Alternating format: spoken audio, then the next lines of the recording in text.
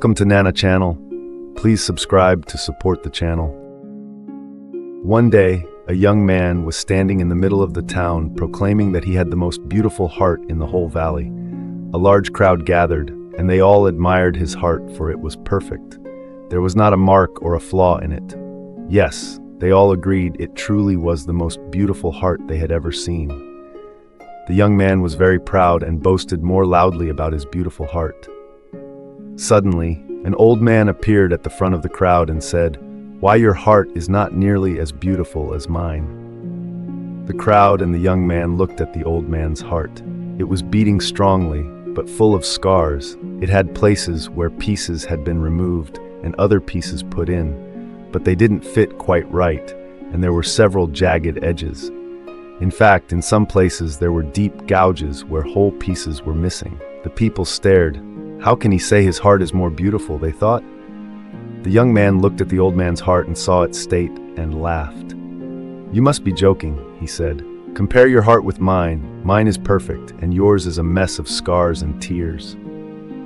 "Yes," said the old man, "yours is perfect looking, but I would never trade with you. You see, every scar represents a person to whom I have given my love.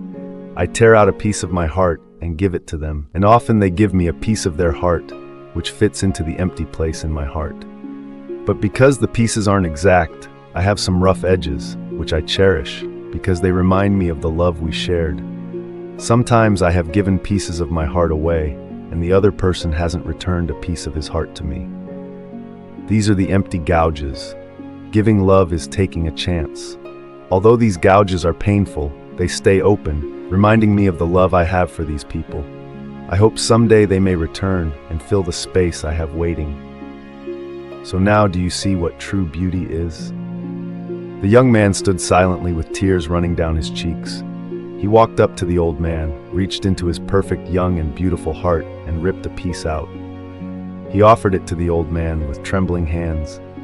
The old man took his offering, placed it in his heart, and then took a piece from his old scarred heart and placed it in the wound in the young man's heart.